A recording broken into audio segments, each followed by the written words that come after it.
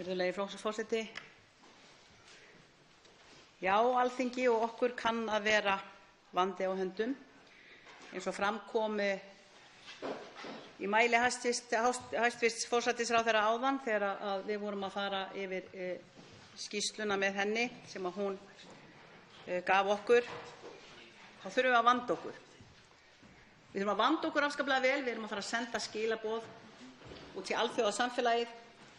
Hvernig mun íslenska ríkið bregðast við þeim áfellisdómi sem við höfum fengið nú frá Mannréttindadómstóli Evrópu? Það vert að líta pínlítið til þess hvers vegna erum við aðilar að Mannréttindadómstólnum. Það er vegna þess að við vildum teljast til réttarríkis, við vildum vernda borgarana gegn valdníðslu og ofríki valdhafanna. Einn liður í því er að viðurkenna mannréttindi. Það er í kringum 1950 sem Mannréttindasáttmáli Evrópu kemur til sögunnar. Fljótlega þá fullgildir Ísland þennan sáttmála, það er í kringum 1954.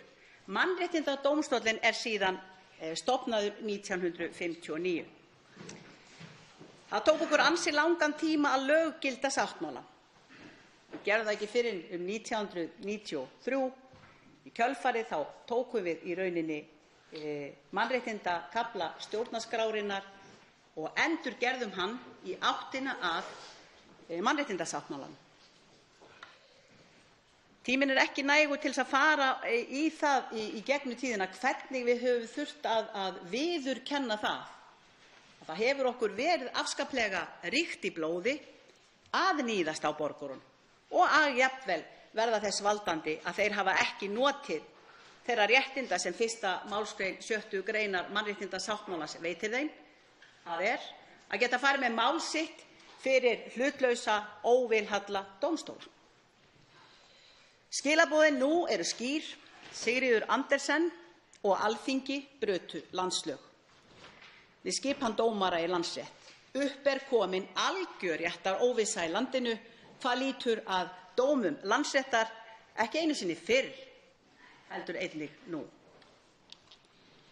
Niðurstaðan kom stjórnvöldum á óvart, virðist vera. Þrátt fyrir að háværar gagnrýnisraddir hafi heyrst algjörlega frá upphafi, alveg frá því að málið bar fyrst á góma. En það var ljóst alveg frá því að það kom upp að hvaða leið í rauninni fráfarandi dómsmálaráðherra kaus að fara. Hún ákvað að skolla eyrum við öllum þeim gagnrýnisröddum og öllum álitum sérfræðinga sem vöruðu við afleiðingum þess að fylgja eftir þeirri skipan mála sem nú raun ber vitni. Það er í september 2017 sem héraðsdómur telur lög hafa verið brotin við skipan dómara í Landsrétt. Það er í desember sama ár sem Hæstiréttur telur lög hafa verið brotin við skipan dómara í Landsrétt. Það er síðan í júní 2018 sem Mannréttindadómstóllinn ákveður að taka málið í flýtimeðferð. Venjan er sú að það hefur jafnvel tekið 3 til 5 ár að fá mál sín fyrir dómstólinn, það er að segja ef hann yfir höfuð tekur mál til meðferðar. En í þessu tilviki þá þótti þetta mál vera þannig vaxið að það væri fordæmisgefandi og í rauninni fordæmalaust. Ef við lítum á hvernig í rauninni þetta getur litið á okkur og hversu alvarleg staðan er, þá er það Mannréttindadómstóll Evrópu er í rauninni að átelja Alþingi Íslendinga fyrir að hafa ekki staðið rétt að löggjöfinni, hafa ekki staðið rétt að skipun dómara. Og þess vegna eðli málsins samkvæmt, þrátt fyrir það að við séum ekki bundin af þeim dómum, þá erum við að þjóðarétti bundin af því að taka tillit til hans og það höfum við gert hingað til. Hingað til höfum við virt þá okkar þjóðréttarlegu skuldbindingar að taka mark á dómum Mannréttindadómstólsins og er það vel.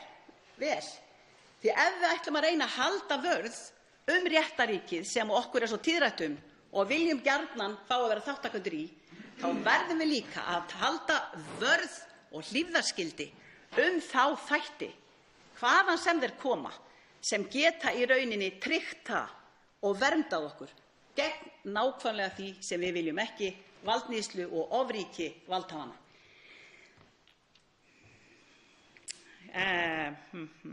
Þess vegna það, eins og ég talaði við hæstv. Forsætisráðherra áðan, þess vegna í rauninni afskaplega mikilvægt í ljósi allra þessara dóma, 3 dómstóla, þeirra sem við höfum tæmt hér heima og síðan Mannréttindadómstólsins, að líta til þess hvaða réttaröryggi höfum við í því ef við ætlum ekki að gera neitt meira í sambandi við Landsréttinn en að horfa á að þessir 11 dómarar sem í rauninni hæfisnefnd mælti með og var samþykkt hér, að í rauninni það séu bara þeir sem verða látnir halda áfram að dæma í Landsrétti á meðan hinir 4 sem deilan aðallega sneri að munu ekki fá til sín fleiri dómsmál til meðferðar.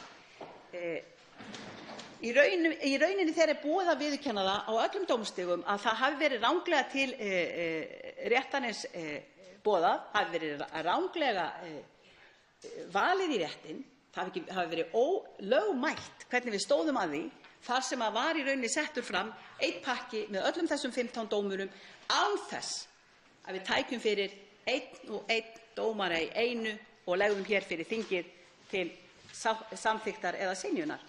Þannig að ef við ætlum virkilega að tala réttaröryggi, þá hlýtur það að vera frekar til þess að draga úr vafa að við fylgjum þó minnstakosti þeim reglum núna sem íslenska ríkið hefur verið eiginlega ámælt fyrir að hafa ekki gert áður. Þannig að í stað þess að halda áfram í réttaróvissunni, þá finnst mér við vera á þeim tímapunkti núna að við bara einfaldlega okkur beri skylda til þess að vanda okkur og virkilega stokka spilin algjörlega upp á nýtt. Ég mun leið að öllu þessu sögðu og því að við vitum og hefur verið viðurkennt að dómsmálaráðherra þáverandi Sigríður Andersen hafi í rauninni staðið brotið lög, við skulum bara segja það, brotið lög með þinginu að vísu líka, þó að rannsóknarregla stjórnsýslulaga sú númer 10, hún hafi líka verið tekin í gegn sem brot. Það hefði mátt standa líka að þessu í allar áttir mun betur. Það breytir ekki þeirri staðreynd að sem dómsmálaráðherra, þá vil ég bara segja það hér, mér finnst hún hafa staðið sig vel á margan hátt og mér þykir miður að þessi staða hafi komið upp, en staðan engu að síður svona, og kannski ekki við hæfi að fulltrúi stjórnarandstöðu segi þetta, en mér hefur fundist hún hafa staðið sig mjög vel, bæði í tilsvörum og annað, og verið virkilega það klár í því sem hún að gera að það kemur mér alveg ótrúlega á óvart að það hefði verið einkennst svona pínlítið af stærilæti og bara hálfgerðum svona, já, þetta var ákveðin sjálfsákvörðunarréttur sem að hún þarna með, sem að hún í rauninni telur bara vera hafið yfir alla rétt. En að því sögðu þá langar mig bara langar mig að lokum að segja þetta. Við stöndum á þessum krossgötum nú. Okkur ber skylda til að vanda okkur og við getum gert það. Og þess vegna segi ég, tökum saman höndum hvar í flokki sem við stöndum og tryggjum réttaröryggi í landinu, gerum það fljótt og örugglega, þannig að verði hafið yfir allan vafa að áframhaldandi dómar í Landsrétti séu ekki neinum vafa undir orðnir.